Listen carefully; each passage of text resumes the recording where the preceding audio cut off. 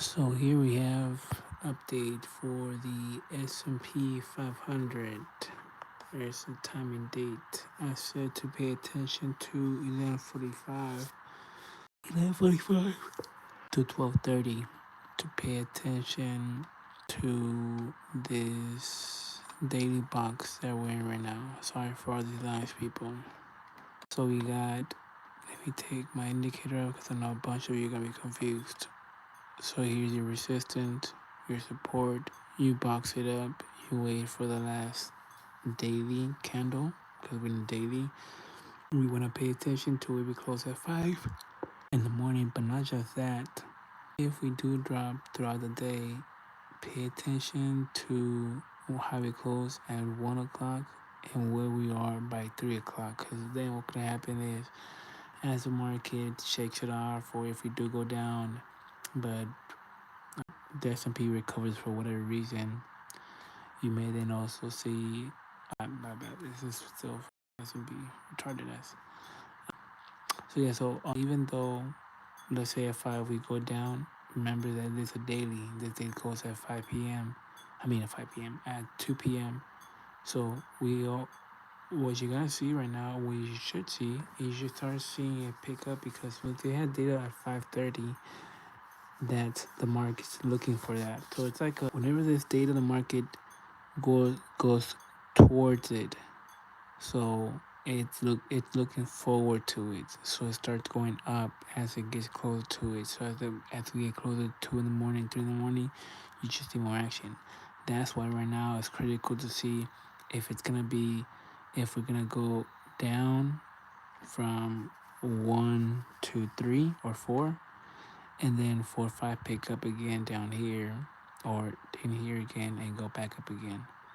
If not, we're gonna just actually stay here and gradually go up, and we're gonna hit some resistance right here. So when we go to a forward candle, you can even see the forward candle being bought, letting me know, especially right now during this time, the market's gonna try to push on up, but we may struggle in this region here, especially because we have a weekly. So even if we do go up, we're gonna get stuck here, and depending on the news, we're either gonna go back down, fall hard, and then create support here in the morning, and then maybe pick it up again. And that's why I said we want to see how we're looking at by 11 o'clock. If we by 11 o'clock or 10 o'clock, 11 o'clock, we're still here, we might then start going back up towards the end of the day to close the day back inside this daily box, which then will still be bullish. But if tomorrow we break below this forward candle here and close below this forward candle, let me show you what I mean by that. It's a 50 Fibonacci right here in the 12-hour candle, I believe. No, 12-hour candle, or was it 4-hour candle? So right there, that's why I have a red 50 right here to let me know it's a 4-hour candle, 50 Fibonacci. So if we do have bad news tomorrow, we're gonna come back down, test this region, but then by 10, 11, 12, you should then, if you start seeing the market stop right there from 8 to 10, you're gonna most likely start seeing S&P go up from here again. That's what you should see tomorrow. Now, if by 11:45, 12:30 we're still here and we're breaking down, then the market is gonna keep on pushing on down. But by 8:30, 8:45 or so, we should start going back up again, closing at 10 o'clock somewhere up here, and then from 10 to 1, so on and so on, and just bullshit here in this region. I believe that's what the market is going to do if we do fall down. But right now, you can see right here, this forward candle, the market is going to try to stay in that daily box.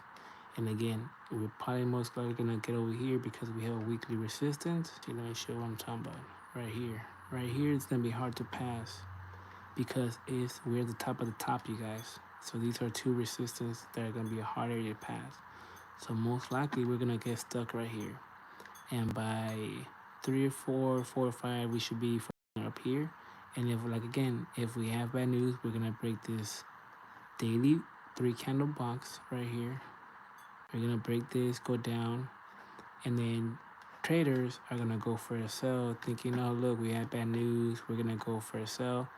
It's going to stop right here, And then as we get to 8, 9 o'clock, we should start getting back inside this box, because we most likely want to close the day inside of this box. And if we do, that's still going to be very bullish. Because if you see my videos and I mentioned about these 3 candle boxes strategy, like it happened on Bitcoin a couple of days ago. Let me see if I find one right here. Here's S&P. I covered this last day. It was a 3 candle box. That if we went back inside of here, we're gonna continue going back up and finishing it off.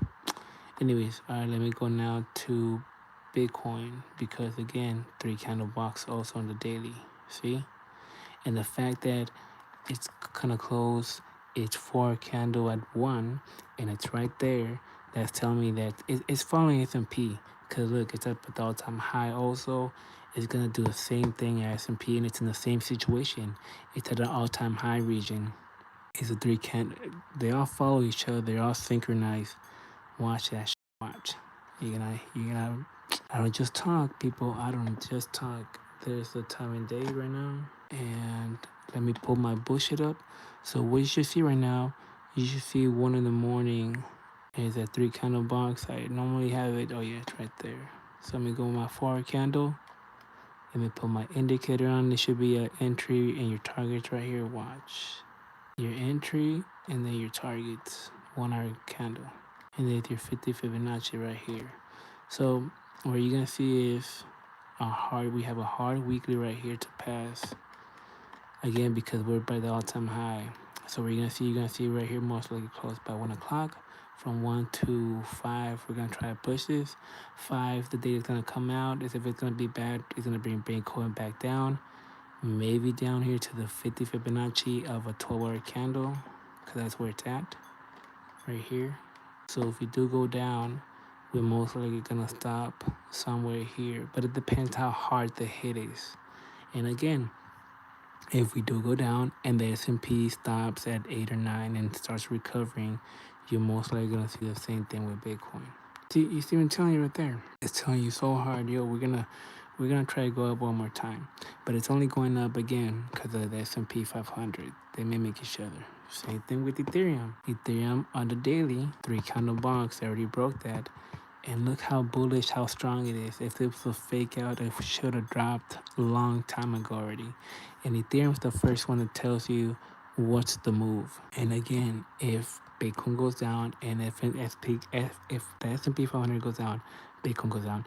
If Bitcoin goes down, Ethereum goes down.